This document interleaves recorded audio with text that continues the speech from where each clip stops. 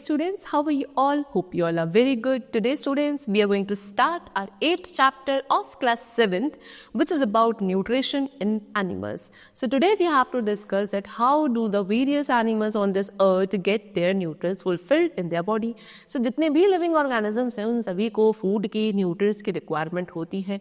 तो plants के बारे में we have discussed in the previous chapter. Now we have to discuss about the animals कि animals में कैसे ये nutrients की requirement fulfill करी जाती है. What are the various modes that we have to discuss today. So let's begin our chapter with the very first line of this chapter with the introduction. So plants के साथ हमें पता है कि भाई plants were the producers. Plants producers कहलाते हैं यानी कि they are having the ability to prepare their own food. They are the only producers on this earth.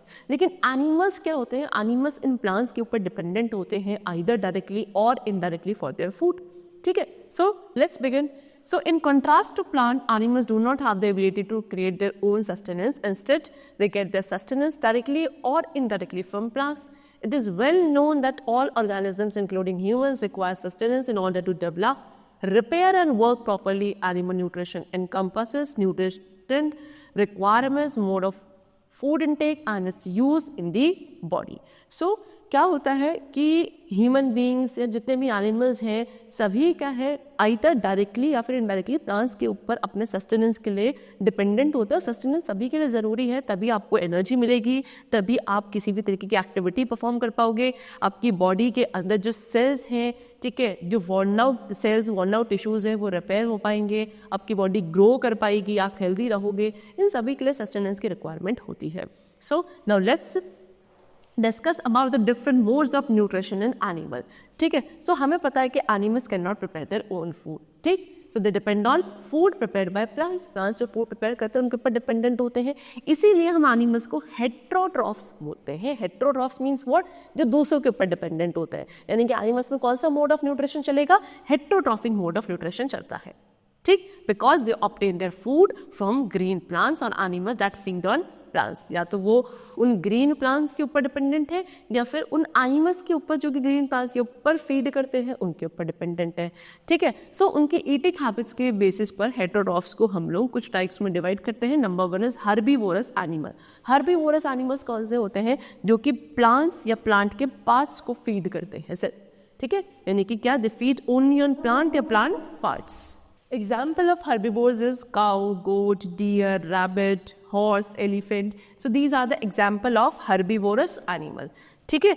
Now next is carnivores और carnivorous animal. ये कौन से एनिमल्स होते हैं? जो कि दूसरे एनिमल्स के फ्लैश के ऊपर, मीट के ऊपर डिपेंडेंट होते हैं. ठीक है, so they feed on the flesh of other animals. उनको कार्निवोर्स या कार्निवोरस एनिमल्स बोलते हैं. एग्जाम्पल लायन, टाइगर, पैंथर, ये सब आपके कार्निवोर्स एनिमल्स होते हैं. Next is omnivorous animal.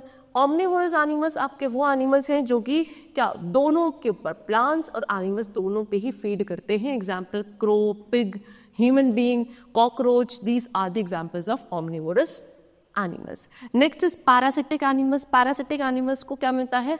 Food और शेल्टर मिलता है अपने होस्ट ऑर्गेनिज्म से. ठीक है, यानी कि एंडोपैरासाइट और एक्टोपैरासाइट्स दोनों हो सकते हैं. एंडोपैरासाइट्स और एक्टोपैरासाइट्स मीन्स यानी कि ये पैरासाइट्स जो होते हैं वो किसी होस्ट बॉडी के अंदर भी रहते हैं और बाहर भी रहते हैं. तो उस बेसिस पे ये एंडो और एक्टो दोनों ही तरीके के हो सकते हैं.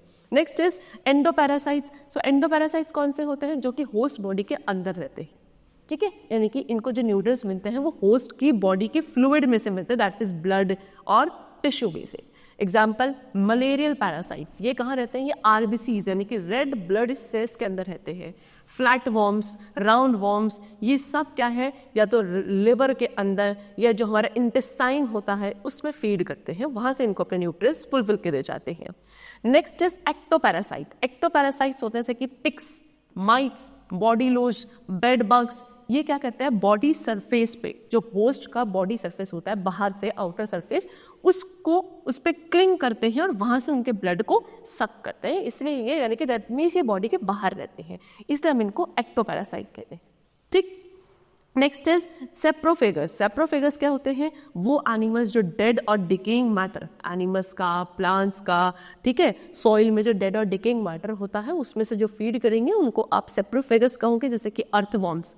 Earthworms are saprophagous animal. Next is scavengers. Scavengers क्या करते हैं? ये डेड बॉडी जो होती है एनिमल्स की उस पर फीड करते हैं, जैसे कि वल्चर, हाइना, जैकाल, ये सब आपके स्कैवेंजर्स है। ठीक, now next we have to discuss this process of nutrition. Nutrition process कैसे चलता है? So as you all know कि एनिमल्स सॉलिड फूड को टेक करते हैं, ठीक है। The nutrients in the food are in the form of complex organic compound, they're carbohydrate, protein and fat. These can be used only when broken down into simple soluble molecules. These simple soluble molecules are absorbed by the intestinal wall of digestive system and are distributed to the body cells.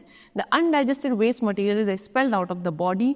ठीक है, सो क्या होता है कि nutrients जो हमारे food हम animals usually intake करते हैं, सॉलिड फूड इनटेक करते हैं, और उसमें जो न्यूट्रिएंट्स प्रेजेंट होते हैं वो आपके कॉम्प्लेक्स फॉर्म में प्रेजेंट होते हैं, जैसे कि कार्बोहाइड्रेट्स है, फैट्स है, प्रोटीन्स है, ये काफ़ी कॉम्प्लेक्स फॉर्म में प्रेजेंट होते हैं। हमारी बॉडी इस कॉम्प्लेक्स फॉर्म को एब्जॉर्ब नहीं कर सकती, यानी कि इनका ब्रेक डाउन करना, इनको डाइजेस्ट करना ज़रूरी होता है।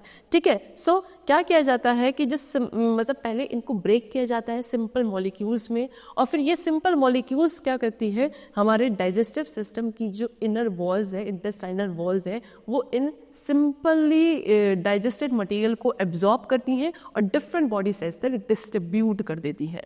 फिर बाकी जो बचा हुआ अनडाइजेस्टेड वेस्ट होता है उसको हम अपने बॉडी के थ्रू एक्सक्रीट कर देते हैं in the various forms. So basically 5 steps होते हैं हमारे न्यूट्रिशन प्रोसेस में। Number 1 is ingestion, digestion, absorption, assimilation and ईजेशन।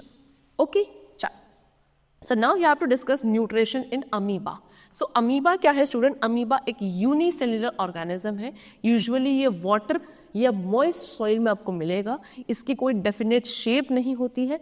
ठीक है, और अब इसमें न्यूट्रिशन प्रोसेस कैसे चलता है वो हम पढ़ेंगे। See this they have the given, this is what the picture of a amoeba which is a kind of unicellular aquatic animal और ऑर्गेनिज्म। ठीक है, चल, सो सबसे पहला प्रोसेस इसमें क्या होगा? इंजेशन। मोड ऑफ न्यूट्रिशन के 5 स्टेप है, तो पहला स्टेप क्या है? इंजेशन। इंजेशन में क्या होता है कि amoeba engulf its food by slowly wrapping finger-like positions called pseudopodia around the food. The portion of the cell that contains the food and little water is known as food vacuole. सबसे पहले क्या होता है कि amoeba अपने food को बाहर जो एनवायरनमेंट में प्रेजेंट होता है उसको engulf करता है। कैसे करता है कि अपनी बॉडी के जो वॉल्स हैं उनको ही वो बाहर की तरफ स्ट्रेच करता है, फिंगर जैसे प्रोजेक्शन बाहर निकालता है, जिसको आप सीरोपोडिया बोलते हो। उसके थ्रू ये खाने को चारों तरफ से कवर करेगा और अपनी बॉडी के अंदर एनगल्फ कर लेता है। ठीक है, सो वो ये मतलब एक तरीके का सेल है। तो क्या इसका वो पोर्शन, अमीबा की बॉडी का वो पोर्शन जो क्या करता है फूड और जिसमें थोड़ा बहुत वाटर रहता है उसको हम क्या बोलते हैं? फूड वैक्यूल बोलते हैं। ठीक है, सी ये अमीबा है, सेंटर में न्यूक्लियस है। ठीक है, यहाँ पे ये फूड पार्टिकल है। क्या करा इसने? देखो बाहर ऐसे अपनी बॉडी को स्ट्रेच किया, फूड पार्टिकल को क्या कर लिया? चारों तरफ से अपने अंदर इनटेक कर लिया। सो देखो अभी अंदर चला गया। ठीक है, तो अब इसे क्या बोलोगे? Food particle has been engulfed, और ये वाला पार्टिकल क्या कहलाएगा? इसका फूड वैक्यूल कहलाएगा, ये पोर्शन सॉरी। ठीक है, और जो प्रोजेक्शंस बाहर की तरफ थे इसको आप क्या कहेंगे? सीरोपोडिया कहेंगे। चलो, now next is ingestion, sorry this is ingestion. On coming in contact with the food, amoeba pushes finger-like pseudopodia, force food around the food and engulfs it. The food gets trapped in food vacuole within the body. So जैसे ही ये food के contact में आता है, amoeba अपने pseudopodia को बाहर की तरफ पुश करता है, खाने को पूरी तरीके से आपका क्या कर लेगा? एनगल्फ कर लेगा। फिर वो फूड इस अमीबा का जो फूड वैक्यूल है उसके अंदर ट्रैप हो जाता है। Next is digestion. अब डाइजेशन में क्या होगा कि जो फूड अमीबा एनगल्फ कर चुका है उसको डाइजेस्ट किया जाएगा बॉडी के अंदर उस फूड वैक्यूल में। फिर कैसे? क्योंकि डाइजेस्टिव एंजाइम्स जो होते हैं वो सीक्रेट किए जाते हैं फूड वैक्यूल के अंदर। ठीक है, जो साइटोप्लाज्म होता है उसके अंदर फूड को डाइजेस्ट करने के लिए जो डाइजेस्टिव जूसेस हैं वो सीक्रेट किए जाएंगे और धीरे धीरे वो खाना सारा क्या होगा? आपका डाइजेस्ट किया जाएगा। ठीक है, नेक्स्ट इज एब्जॉर्प्शन। अब जो डाइजेस्टेड फूड है वो क्या उस सराउंडिंग साइटोप्लाज्म के अंदर डिफ्यूज हो जाता है और उसको फिर यूज किया जाता है एनर्जी के लिए, ग्रोथ के लिए, रिपेयरिंग के लिए बॉडी की। ठीक, नेक्स्ट इज ईजेशन। इजेशन में क्या है कि जो अब अनडाइजेस्टेड फूड है उसको बॉडी से क्या कर दिया जाता है, एक्सपेल आउट कर दिया जाता है किसी भी पॉइंट से, बिकॉज अमीबा का कोई एनएस या कोई डेफिनेट बॉडी शेप नहीं होता। फिर से वो क्या करेगा, अपने किसी भी पॉइंट से जो बचा हुआ वेस्ट है, अनडाइजेस्टेड फूड है, उसको बाहर कर देगा। ठीक है, चलो। So now we have to discuss nutrition in human being. So वो तो कहा कि अमीबा के अंदर कैसे न्यूट्रिशन मोड चलता है, अब हम पढ़ेंगे ह्यूमंस में। सो ह्यूमंस के लिए क्या है कि ह्यूमन बीइंग के पास क्या है, पूरा एक सिस्टम होता है जिसको ह्यूमन डाइजेस्टिव सिस्टम कहा जाता है। ठीक है, wait, yes. So human beings are omnivores, यानी कि क्या हम लोग प्लांट्स और एनिमल्स दोनों को ही क्या कर सकते हैं, फीड कर सकते हैं। सो ह्यूमन बींग्स क्या होते हैं, ऑमनिवोर्स होते हैं। हम लोग डिफरेंट पार्ट्स जो होते हैं प्लांट्स के उनको भी एज अ फूड खाते हैं, चाहे रूट हो, शूट, फ्रूट, सीड्स। ठीक है, उसके बाद हम एनिमल प्रोडक्ट्स भी खाते हैं जैसे कि eggs, meat, milk. So therefore we are known as omnivores, right. चलो, सो अब जो फूड हम लोग खाते हैं उसको सिंपल मॉलिक्यूल्स में क्या किया जाता है, ब्रेक किया जाता है by the digestive system in our body. ठीक, सो अब डाइजेस्टिव सिस्टम में क्या है, बहुत सारे ऑर्गन्स होते हैं जिनके ग्रुप से पूरा डाइजेस्टिव सिस्टम बनता है। तो basically they have given us the 2 groups of organ. So क्या होता है कि एक बड़ी सी कॉइल्ड फूड ट्यूब होती है जो कि दोनों तरफ से ओपन होती है हमारी, उसको कहा जाता है एलिमेंट्री कैनाल। ठीक है, एलिमेंट्री कैनाल आपका माउथ से शुरू होकर कहाँ खत्म होता है, एनएस से, यानी कि माउथ उसका फर्स्ट एंड है, एनएस उसका सेकंड एंड है, और दोनों ही एंड क्या होते हैं, ओपन होते हैं। ठीक है, पूरी ये जो कॉइल्ड ट्यूब है पूरी, इसको हम एलिमेंट्री कैनाल कहते हैं, या डाइजेस्टिव ट्रैक भी आप उसको बोल सकते हो। ठीक है, अब इस पूरे एलिमेंट्री कैनाल को कुछ कंपार्टमेंट्स में डिवाइड किया जाता है, जैसे कि number 1 first is mouth, second is oesophagus जो कि आपका फूड पाइस होता है, फिर खाना जाएगा स्टमक में, then small intestine, large intestine, rectum and एलिस। सो उसके बाद कुछ डाइजेस्टिव ग्लैंड्स भी होते हैं जो क्या करते हैं, डाइजेस्टिव जूसेस और एंजाइम्स को पहले सीक्रेट करते हैं, स्टोर करते हैं, और किस में, डाइजेशन में हेल्प करते हैं, जैसे कि लिवर, पेनक्रियास, सलाइवरी ग्लैंड्स, ये सारे ग्लैंड्स होते हैं। See they have given the picture also. ठीक है, ये आपका माउथ है जहाँ से आप खाने का इंटेक करोगे, यहीं आपके सलाइवरी ग्लैंड्स प्रेजेंट होते हैं। फिर खाना कहाँ आपके इस एसोफेगस से पास होकर कहाँ जाएगा, स्टमक में जाएगा, फिर स्टमक से कहाँ जाएगा, आपके स्मॉल इंटेस्टाइन के अंदर जाएगा। स्मॉल इंटेस्टाइन में क्या, लिवर हो गया, पेनक्रियाज हो गए, इसके थ्रू सीक्रेट किए हुए डाइजेस्टिव जूसेस जो होते हैं वो सारे कहाँ जाते हैं, स्मॉल इंटेस्टाइन के अंदर जाते हैं। ठीक है, वहाँ खाने का डाइजेशन होता है कंप्लीट, फिर एब्जॉर्प्शन होता है, फिर बचा कुचा खाना कहाँ जाता है, लार्ज इंटेस्टाइन में जाएगा। लार्ज इंटेस्टाइन में जाके जो वाटर कंटेंट है फूड के अंदर उसको एब्जॉर्ब किया जाता है। फिर जो अब अनडाइजेस्टेड फूड है, वेस्ट है, उसको कहाँ, रेक्टम में भेजा जाएगा। रेक्टम के बाद क्या, एनएस के थ्रू हम उसको क्या कर देते हैं, रिमूव कर देते हैं, एक्सक्रीट कर देते हैं थ्रू आवर बॉडी। ठीक है, so this is how the digestive system of the human body works, but we have to discuss this one by one. ठीक है, so they have given one more important thing कि human beings में जो alimentary canal है वो around 9 metre long होता है, यानी कि पूरी ट्यूब 9 मीटर राउंड की है। स्मॉल इंटेस्टाइन जिसमें कि 6 मीटर का होता है, लार्ज इंटेस्टाइन आपका 1.5 मीटर लॉन्ग होता है। ठीक, चलो, so now we have to discuss the whole digestive system step by step. First of all we have to discuss is ingestion of food, कि खाने को सबसे पहले हम इंजेस्ट कैसे करते हैं। तो सबसे पहले फूड को एलिमेंट्री कैनाल के अंदर डाला जाता है थ्रू आवर माउथ, खाने है ना। फिर we put food morsels into mouth with our hands, which chew it with the teeth present on jaws, taste it with tongue and moisten it with saliva। ठीक है, सबसे पहले खाने को माउथ के अंदर डाला जाएगा, उसको चबाया जाएगा हमारे टीथ के थ्रू जो हमारे गम्स में होते हैं। ठीक है, टेस्ट हमको आता है अपनी टंग के थ्रू जो कि माउथ में प्रेजेंट है, और फिर उसके बाद क्या होता है, सॉफ्ट किया जाता है सलाइवा के थ्रू। सलाइवा कहाँ होता है, saliva is produce by salivary glands, और सलाइवरी ग्लैंड्स हमारी टंग के अंदर प्रेजेंट होते हैं। ठीक, चलो, फिर खाना जो है पहले आप चबाओगे, च्यू करोगे, प्रॉपरली ग्राइंड करोगे उसको with the help of your teeth. Now what are the teeth, as you all know, they are the part of our body present inside our mouth. Now there are different types of teeth present in our mouth. ठीक है, so 4 types के teeth होते हैं हमारी mouth cavity में। सबसे पहले incisors, second is canine, third is premolars and the fourth is molars। ठीक है, सबसे पहले incisors, ये कितने होते हैं, 8 होते हैं टोटल। ठीक है, 4 each in the upper and lower jaw, यानी कि 4 इंसीजर्स आपके अपर जॉ में होंगे और 4 इंसीजर्स आपके लोअर जॉ में होंगे। ठीक, कैसे होते हैं, फ्लैट शेप होती है, चिजल शेप्ड होती है और इसको आप क्या जो सॉलिड फूड खाते हो उसको कट करने में, उसको बाइट करने में हम इंसीजर्स का यूज करते हैं. See they have shown us the picture also. These are the shape of incisors. Front में ही प्रेजेंट होते हैं. Next we are having canines. Canines कितने होते हैं? 4. ठीक है, इनका नंबर कितना है कि ये हमारे 4 होते हैं प्रेजेंट. ठीक है, चलो, 1 on either side of the incisors in each jaw. ठीक है, कितना? एक दोनों ही जॉ के एक एक साइड में प्रेजेंट होता है. पॉइंटेड और शार्प होते हैं सो दैट इजिली खाने को कट किया जाए, होल्ड किया जाए और फूड को टीयर करा जाए. See these are your canines. Next है प्रीमोलर्स. ये कितने हैं? ये 8 होते हैं नंबर में. ठीक है, 2 on each side of the canine in each jaw. हर एक जॉ में कैनाइन की हर एक साइड पर 2-2 प्रेजेंट होंगे. ठीक है, दीज आर प्रीमोलर्स. ठीक, अब इनका काम क्या है कि इनका सरफेस फ्लैट होता है. ठीक है, फ्लैट होता है, छोटे छोटे ग्रूव्स और रिजेस प्रेजेंट होते हैं जिसके हेल्प से ये खाने को प्रॉपरली क्रश करते हैं और ग्राइंड करते हैं. Next is molars. Molars are 12 in number. ठीक है, 3 on both sides of the premolars.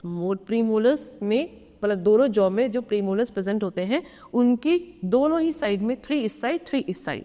ठीक है, फ्लैट सरफेस होता है प्रॉपरली फूड को ग्राइंड करने के लिए और इनका जो साइज है वो प्रीमोलर्स के कंपैरिजन में ज़्यादा बड़ा होता है. Now structure of a tooth. अब एक टूथ का structure also they have given. So एक टूथ के 2 मेन पार्ट होते हैं, एक होता है रूट और दूसरा होता है क्राउन. ठीक है, सो उसके बाद हर एक टूथ एक सॉकेट जो हमारी जॉ बोन में है, ठीक है, उसमें लॉन्ग रूट्स के थ्रू फिक्स्ड होता है. जो सेंटर होता है हर एक टूथ का, उसमें क्या होता है? पल्प होता है ब्लड और नर्व्स का. पल्प के सराउंडिंग में क्या होती है? एक लेयर होती है, डेंटाइन लेयर होती है. ठीक है, जो डेंटाइन का जो टॉप वाला पोर्शन है वो एक टफ शील्ड जो है हमारी प्रोटेक्टिव शील्ड इनामल की, उससे कवर्ड होता है. ठीक है, इनामल क्या करता है? वाइट शाइनी पार्ट बनाता है हमारे टूथ का जिसको हम क्राउन कहते हैं. ठीक है, और क्राउन आपकी जॉ बोन के फ्लैशी रिज वाले पोर्शन में फिक्स्ड होता है जिसको आप गम्स कहते हो. ठीक, इनामल हमारी बॉडी के अंदर सबसे हार्डेस्ट पार्ट है, बोन से भी ज़्यादा हार्ड होता है. ठीक है, और इसको कौन सिक्रेट करता है? हमारा डेंटाइन वाला पार्ट सिक्रेट करता है. See they have given the picture also. ऊपर वाला पार्ट जो आपके गम से ऊपर होता है उसको क्राउन कहते हो, जो गम्स के अंदर होता है उसको रूट्स कहा जाता है. ठीक है, ये आपकी प्रोटेक्टिव लेयर है बाहर, इनामल, अंदर डेंटाइन आ जाता है, फिर पल्प है, फिर ये आपके गम्स हैं जो हम मसूड़े बोलते हो. ठीक है, अंदर ब्लड वेसल्स होती हैं, नर्व्स होती हैं, बहुत सारी चीज़ें फिर आपके टूथ के अंदर प्रेजेंट होती है. चलो, now next is tooth decay and oral hygiene. Tooth decay क्या है? सी, हेल्दी टीथ जो होंगे आपके शाइनिंग वाइट होंगे. ठीक है, if we do not clean our teeth after eating, our teeth becomes yellowish because a yellowish and sticky film is formed from food particles, saliva and bacteria. This is called plaque. The sugary and starchy food material sticks to the plaque. The bacteria in the plaque convert sugars and starches of food into acids. So क्या होता है, अगर हम अपने teeth को properly खाना खाने के बाद क्लीन नहीं करते हैं तो जो हमारे टीथ है वो येलोइश कलर के होने लगते हैं. ये जो येलोइश कलर का स्टिकी फिल्म जैसा सब्सटेंस जो हमारी टीथ पे बनने लगता है, ठीक है, वो किसके अराउंड बनता है? पहले फूड पार्टिकल्स के अराउंड बनता है.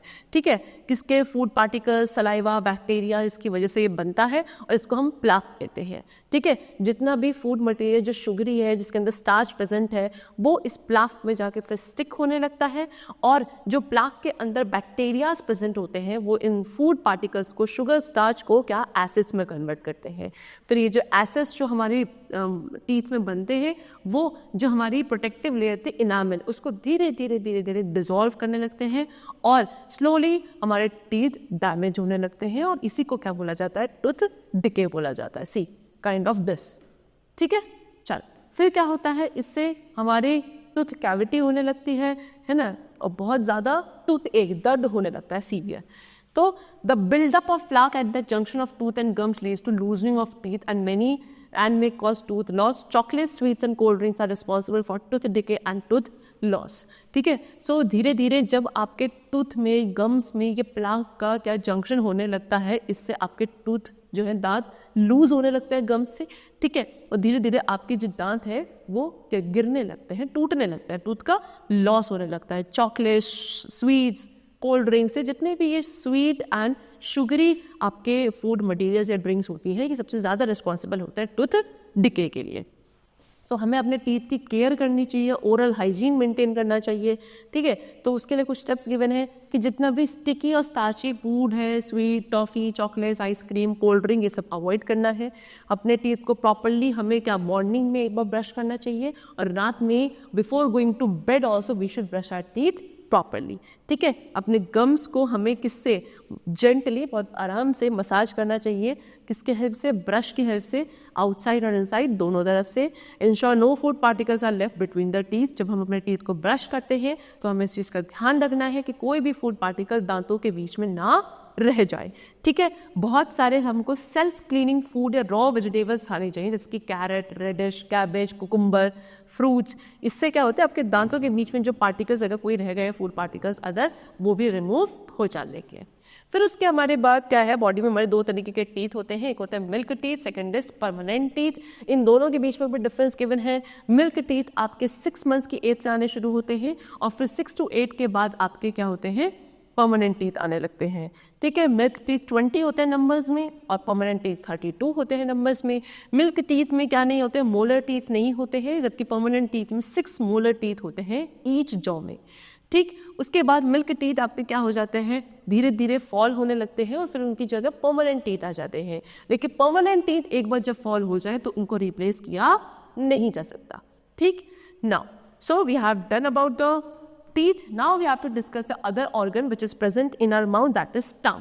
टंग क्या है, एक मस्कुलर ऑर्गन है जो हमारे फूड को हमारी माउथ में मूव करने में हेल्प करता है when we are chewing it, ठीक है। और उसके साथ फिर हमारे फूड को अंदर swallow करने में भी हेल्प करता है। इसमें क्या होता है, कुछ टेस्ट बर्ड्स प्रेजेंट होते हैं जो फूड के डिफरेंट टेस्ट को सेंस करने में हेल्प करते हैं, जैसे कि स्वीट, सॉल्टी, सार एंड बिटर, ओके। अब टीथ के क्या फंक्शन है, सबसे पहले आपको जो फूड का टेस्ट आता है वो टंग की वजह से आता है, ठीक है। फिर ये क्या करता है, टंग क्या करता है, टंग सलाइवा प्रोड्यूस करता है जो कि खाने के साथ मिक्स होता है और फिर उसको आप इजी swallow कर पाते हो। फिर it pushes the food towards the teeth for chewing. Tongue क्या करती है, टंग आपके फूड को टीथ की तरफ पुश करती है सो दैट प्रॉपरली खाना आपका च्यू हो पाए। उसके बाद फूड को swallow करने में हेल्प करती है। स्पीकिंग, बोलने में भी टंग का रोल होता है। फिर उसके बाद digestion of food in mouth, ठीक है। माउथ में फूड का डाइजेशन, सो वो क्या होता है स्टूडेंट की जो फूड का डाइजेशन है वो हमारे माउथ में ही स्टार्ट हो जाता है। कैसे, क्योंकि सबसे पहले माउथ में फूड च्यू करा जाता है, ठीक है। प्रॉपरली उसको च्यू करके एक फाइन पेस्ट बनाया जाता है by the teeth, right. Then फिर 3 pairs of salivary glands release saliva in the mouth. Saliva is a viscous, transparent liquid which contains mainly water, salt, and mucin. Saliva moistens the food and makes the chewed food slippery. This helps in swallowing the food easily. Saliva contains an enzyme called salivary amylase. It digests starch into maltose. तो क्या होता है फिर, salivary glands के 3 pairs हमारी टंग में present होते हैं और टंग हमारे माउथ में होती है, ठीक है। ये क्या प्रोड्यूस करते हैं, सलाइवरी ग्लैंड्स सलाइवा प्रोड्यूस करते हैं। सलाइवा एक क्या है, विशियस ट्रांसपेरेंट तरीके का लिक्विड होता है जिसमें मेनली वाटर, सॉल्ट और म्यूसिन होता है। ये सलाइवा आपके फूड को मॉइस्ट करता है और क्या करता है, स्लिपरी बनाता है। जो खाना आप च्यू कर रहे हो, चबा रहे हो, उसको स्लिपरी बनाता है सो दैट आप उसको ईजिली swallow कर सको, ठीक है। उसके साथ साथ इसके अंदर एक एंजाइम प्रेजेंट होता है जिसको सलाइवरी अमाइलेज कहते हैं, जो कि क्या करता है, खाने के अंदर जो स्टार्च प्रेजेंट होता है उसको कन्वर्ट करता है माल्टोज में। Maltose is a kind of simple form of carbohydrate, ठीक है। चल नाउ फिर उसके बाद अब जो खाना है वो जाता है एसोफेगस में, जिसको आप फूड पाइप भी कहते हो, यानी कि माउथ से जो फूड है वो धीरे धीरे नीचे की तरफ स्लाइड डाउन होता है into the oesophagus of food pipe. Food pipe आपका 25 सेंटीमीटर लॉन्ग ट्यूब है। फूड आपका एसोफेगस के अंदर जाता है वेव लाइक मोशन में, ठीक है। कैसे जैसे वेव्स जाती हैं ना, इस तरीके से धीरे धीरे जाता है, क्योंकि जो आपका फूड पाइप है, एसोफेगस है, वो क्या करता है, कॉन्ट्रैक्ट और रिलैक्स करता है।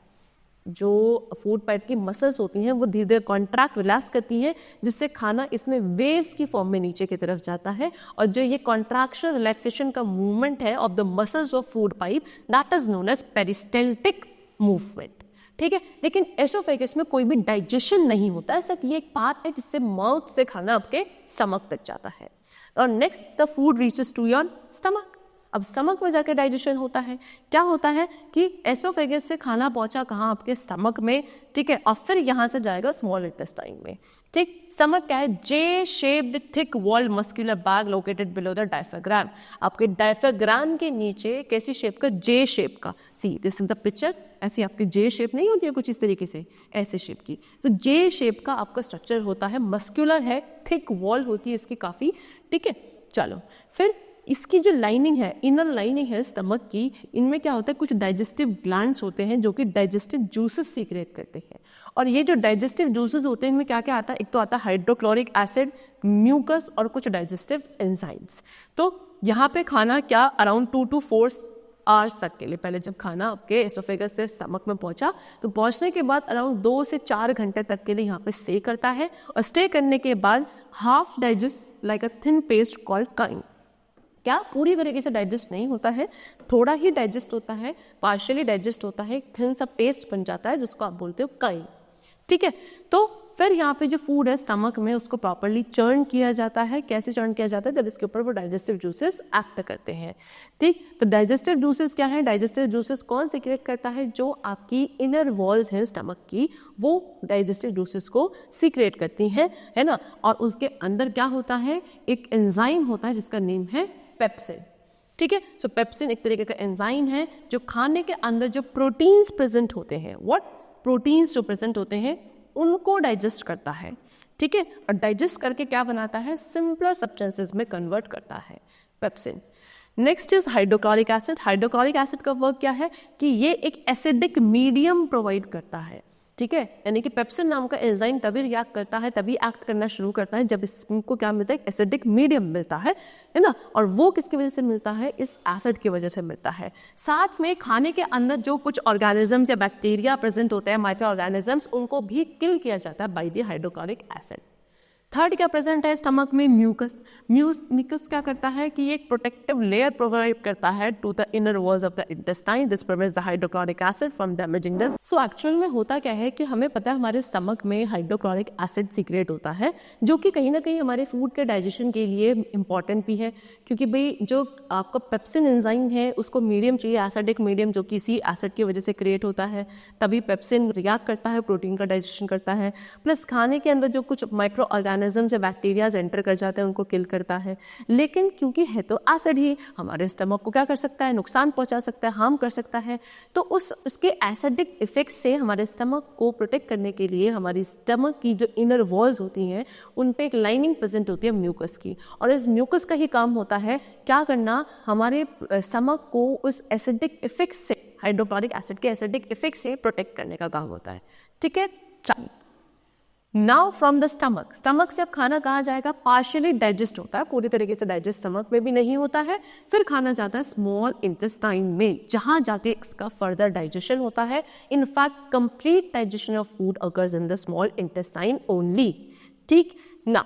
सो एब्जॉर्प्शन है स्मॉल इंटेस्टाइन। स्मॉल इंटेस्ट क्या है, कॉइल्ड स्ट्रक्चर है, अप्रॉक्सीमेटली 6 मीटर लेंथ में होता है, और हमारे एलिमेंट्री कैनाल का सबसे लॉन्गेस्ट पार्ट है। नेम से स्मॉल इंटेस्टाइन है लेकिन लेंथ में ये लार्ज इंटेस्टाइन से भी बड़ा होता है। अराउंड पूरे एलिमेंट्री कैनाल में 6 मीटर लेंथ का आपका क्या, एक coiled tube structure small intestine होता है, ठीक है। सो बोला है the digestion of food is completed in the small intestine. खाने का जो कंप्लीट डाइजेशन है वो कहाँ होता है, आपके स्मॉल इंटेस्टाइन में होता है, ठीक है। चलो तो क्या होता है कि it receive digestive juices from liver and pancreas. Digestive juices secreted by the liver is called bile. कि अब इस स्मॉल इंटेस्टाइन के अंदर क्या आते हैं, कुछ डाइजेस्टिव जूसेस आते हैं जो कि कौन सीक्रेट करता है, लिवर और पेनक्रियाज सीक्रेट करते हैं। लिवर एक डाइजेस्टिव जूस सीक्रेट करता है जिसका नेम होता है बाइल जूस। वो कहाँ जाता है, आपके स्मॉल इंटेस्टाइन के अंदर जाता है।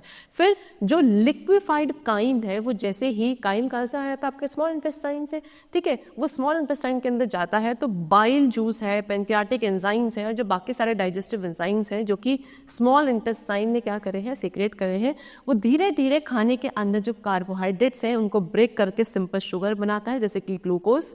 प्रोटीन को डाइजेस्ट करके बनाता है अमीनो एसिड्स, और फैट्स को डाइजेस्ट करके बनाता है फैटी एसिड्स एंड ग्लिसरॉल, ठीक है। ये सारी सिंपल फॉर्म्स है सभी न्यूट्रिएंट्स की जो कि हमारी बॉडी इनको एब्जॉर्ब कर सकती है। Now we are having a kind of gland which is known as liver. It also has in the digestion of food. कैसे? लिवर हमारी बॉडी का सबसे लार्जेस्ट ग्लैंड है. किस कलर का है? रेडिश ब्राउन या बोलो चॉकलेट कलर का होता है कलर में. और कहाँ होता है? हमारे डायफ्राम के बिल्कुल नीचे होता है, राइट हैंड साइड पे. See they have given the picture also of liver. कितना? अराउंड 2 किलोग्राम इसका वेट होता है. इसके जो सेल्स हैं वो बाइल जूस बनाते हैं, जो कि गॉल ब्लैडर एक और ऑर्गन है उसके अंदर स्टोर होता है. जैसे ही जो फूड आपका स्टमक से स्मॉल इंटेस्टाइन के अंदर एंटर होता है, बाइल रिलीज करता है. रिलीज होते ही वो क्या करता है? फैट जो खाने के अंदर है उसको डाइजेस्ट करना शुरू कर देता है. नेक्स्ट है पेनक्रियास. पेनक्रियास कैसे है? पिंक कलर की एक लीफ जैसा, जैसे पत्ती होती है ना लीफ, ऐसे की पिंक कलर की लीफ जैसा ग्लैंड होता है. ये भी कितना? It makes about 2 litre pancreatic juice each day. हर एक दिन में 2 लीटर के अराउंड पेनक्रियाटिक जूस ये बनाता है. इसके जो एंजाइम्स होते हैं वो फूड को कम्प्लीटली डाइजेस्ट करने में, फूड के 3 कॉम्पोनेंट्स है ना, 3 के 3 जो मेन कॉम्पोनेंट्स होते हैं उनको डाइजेस्ट करने में हेल्पफुल होते हैं पेनक्रियाटिक एंजाइम्स, जैसे कि कार्बोहाइड्रेट्स, फैट्स एंड प्रोटीन्स. उसके बाद जो नेक्स्ट फंक्शन है स्मॉल इंटेस्टाइन का वो है एब्जॉर्प्शन का. ठीक है, यानी कि जब खाना प्रॉपर्ली डाइजेस्ट हो चुका है, अब उसमें जो न्यूट्रिएंट्स आपने सिंपलर फॉर्म में निकाले हैं उनको क्या एब्जॉर्ब करना होता है, सो दैट वो डिफरेंट सेल्स तक उनका ट्रांसपोर्ट किया जा सके.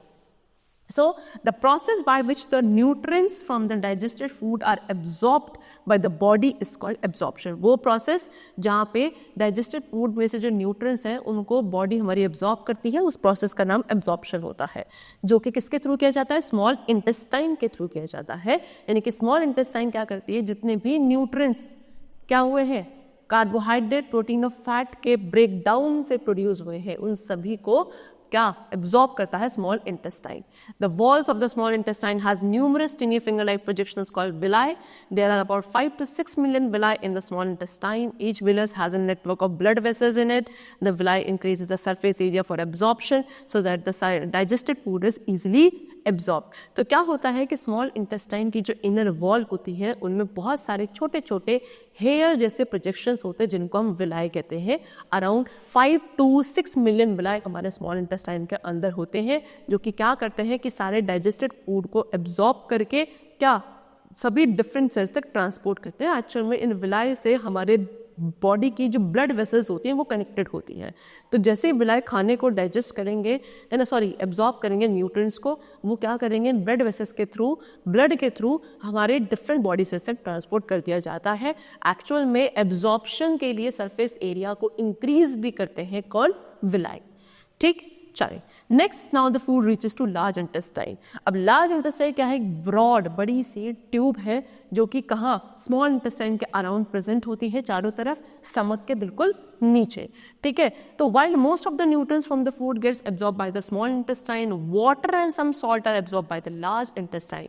ज़्यादातर जितने भी न्यूट्रिएंट्स है वो स्मॉल इंटेस्टाइन एब्जॉर्ब कर देता है, लेकिन उसके बाद भी क्या कुछ सॉल्ट और वाटर कंटेंट होता है जो कि एब्जॉर्ब किया जाता है बाय द लार्ज इंटेस्टाइन. ठीक है, चल. सो एसिमिलेशन ऑफ एब्जॉर्ब्ड न्यूट्रिएंट्स, यानी कि अब जो न्यूट्रिएंट्स एब्जॉर्ब हो चुके हैं उनका एसिमिलेशन करना है. ठीक है, सो जो एब्जॉर्ब न्यूट्रिएंट्स हैं उनको ब्लड वेसल्स के थ्रू पास करके कहाँ ट्रांसपोर्ट किया जाता है? डिफरेंट पार्ट्स जो हमारी बॉडी के वहाँ. ठीक है, तो बॉडी सेल्स में जाकर ये न्यूट्रिएंट्स क्या होते हैं? डिफरेंट एक्टिविटीज़ के लिए इनका यूटिलाइजेशन किया जाता है, जिसको हम एसिमिलेशन कहते हैं. ठीक है, तो एब्जॉर्ब न्यूट्रिएंट्स का जो फ्यूचर है कुछ इस तरीके से होता है कि ग्लूकोज क्या है? जो ग्लूकोज है उसको क्या as a source of energy body के लिए यूज़ करते हैं, यानी कि ये ऑक्सीडाइज होता है, बर्न होता है with the in the presence of oxygen, तब जाके इसमें से एनर्जी प्रोड्यूस होती है और वो सेल्स यूटिलाइज करते हैं. और जब एक्सेस ऑफ ग्लूकोज से ज़्यादा जो बच जाता है ग्लूकोज, वो हमारी मसल्स में या फिर जो हमारे लिवर के सेल्स होते हैं वहाँ जाके स्टोर हो जाता है as the form of glycogen. Amino acid क्या होते हैं? प्रोटीन्स के डाइजेस्टेड फॉर्म है. ठीक है, इनको यूज़ किया जाता है क्या? हमारी बॉडी के जो सेल्स का लिविंग मटेरियल है, न्यू लिविंग मटेरियल, उसकी फॉर्मेशन के लिए. फैट्स क्या है? फैट्स हमारी बॉडी में जो फैटी टिश्यूज़ होते हैं वेरियस पार्ट में वहाँ स्टोर कर दिए जाते हैं. Next is ईजेशन of undigested food. अब जो अनडाइजेस्टेड फूड है उसको क्या करना है? बाहर रिमूव करना होता है, जिसका प्रोसेस का नाम होता है ईजेशन. ठीक है, see the semi solid undigested food is pushed out of the LS. अब जो सेमी सॉलिड वेस्ट है, अनडाइजेस्टेड फूड है, उसको क्या किया जाता है, बॉडी से बाहर निकाला जाता है by the organ which is known as anus and the process is known as egestion और डिफिकेशन। ठीक है, जो अनडाइजेस्टेड फूड है, जो रेसिड्यू है, वेस्ट है, जो हमारे रेक्टम में पहले एंटर करेगा, कहाँ से, लार्ज इंटेस्टाइन से, और इसको हम बोलते हैं फेसेस। ठीक, now we come to digestion of food in ruminants. So we have discussed about the digestion of food in human beings. Now further we are having about ruminants. So जितने भी grass eating animals है, जैसे कि cow, buffalo, goat, sheep, deer, ये सब ruminants होते हैं। क्यों? Because a part of their stomach rumen is specialized to store half chewed food. यानी कि इनके stomach का एक पार्ट होता है जिसका नाम है rumen। ये कुछ स्पेशली इस तरीके से डिजाइन होता है कि इसके अंदर हाफ च्यूड फूड क्या होता है, स्टोर हो जाता है, इसलिए इनका नाम ruminants होता है। तो जो स्टमक होता है ruminants का, उसके अंदर 4 चैम्बर्स होते हैं। एक होता है rumen, next is reticulum, omasum and abomasum. rumen सबसे बड़ा चैम्बर होता है जहाँ पे फूड का स्टोरेज होता है। ठीक है, सो सी ruminant का स्टमक आपको दिखाया गया है। ये ruminant का स्टमक है जिसमें कि ये आपका rumen वाला पार्ट है, ये एसोफेगस है, ये ओमेसम है, ये स्मॉल इंटेस्टाइन है, ये एबोमेसम है, और ये आपका रेटिकुलम है। तो ruminants क्या करते हैं, usually ruminants quickly swallow partially or half chewed food, that is grass. The saliva mixed half chewed food is stored in the rumen where food is partially digested by the action of saliva. Some bacteria helps in the digestion of cellulose. This partially digested food is called gut. So ruminants क्या करते हैं, बहुत ही जल्दी जो भी उनका food है जैसे कि ग्रास वगैरह, इसको बहुत क्विकली swallow कर लेते हैं, या फिर पार्शियली या बोलो आधा ही च्यू करके, हाफ च्यू करके इसको सोलो कर लेते हैं। फिर जो सलाइवा प्रेजेंट होता है इनके माउथ में, वो हाफ च्यूड फूड के साथ मिक्स होता है और कहाँ जाके स्टोर हो जाता है, रूमेन में स्टोर हो जाता है ये फूड। ठीक है, अब यहाँ फूड का पार्शियली डाइजेशन होता है, किसकी वजह से, क्योंकि सलाइवा मिक्स हो चुका था, सलाइवा उसके ऊपर एक्ट करेगा, एक्ट करने से ये फूड जो है पार्शियली आपका डाइजेस्ट होता है। फिर कुछ बैक्टीरियाज होते हैं जो सेल्यूलोस जो कि ग्रास के अंदर प्रेजेंट होता है उसके डाइजेशन में हेल्प करते हैं, और जो ये पार्शियली डाइजेस्टेड फूड होता है इसको हम कड कहते हैं। ठीक है, फिर जब ruminants क्या करते हैं, बैठे हैं, रिलैक्स कर रहे हैं, तो ये जो कड है रेटिकुलम वाले पार्ट से वापस आता है आपके माउथ कैविटी में छोटे छोटे लम्स में, है ना, और इसको दोबारा हो च्यू करते हैं। आपने देखा होगा यूजुअली जो ये आपके काओ बफलो होते हैं, खाली जब इनके पास कुछ खाना नहीं गए तब भी ये अपना मुंह ऐसे चला रहे होते हैं, च्यू कर रहे होते हैं। तो वो क्यों, क्योंकि तब उस टाइम पे ये जो कड है वो इनके माउथ कैविटी में दोबारा आता है छोटे छोटे लम्स में, और इसको वो आराम से तब दोबारा से च्यू करते हैं। इसको बोलते हैं च्यूइंग द कड या rumination। ठीक है, चलो फिर जो कंप्लीटली च्यूड फूड होता है वो डायरेक्टली फिर कहाँ जाता है, जब प्रॉपर्ली च्यू हो गया फिर वो ओमेजम में जाएगा। ठीक है, वहाँ से इस फूड के अंदर जो वाटर कंटेंट है वो एब्जॉर्ब हो जाता है, फिर फूड को पुश किया जाता है एबोमेजम में, जो कि क्या है आपका ट्रू स्टमक होता है आपके ruminants का। Now next is digestion of cellulose. तो एज वी ऑल नो कि जो प्लांट फूड होता है जितना भी, वो सेल्यूलोज उसमें सबसे ज़्यादा प्रेजेंट होता है। तो जो ruminants होते हैं, ruminants में सेल्यूलोज एक स्पेशल सैक प्रेजेंट होता है स्मॉल और लार्ज इंटेस्टाइन के जंक्शन में, वहाँ जाके इसका डाइजेशन होता है जिसको आप कैल्शियम कहते हो। ठीक है, ये क्या करता है, ये सेल्यूलोज डाइजेस्टिंग बैक्टीरिया को क्या करता है, सीक्रेट करता है, तब जाके इन सेल्यूलोज का डाइजेशन होता है इन द ruminants। ओके, चलो, so student, the chapter has been completed. We have discussed about the nutrition mode in different kinds of animal, in amoeba, and the whole digestive system in human beings along with the ruminant also. I hope the chapter is very clear to you. We'll meet you very soon with a new chapter. Till then, take care. Thank you everybody.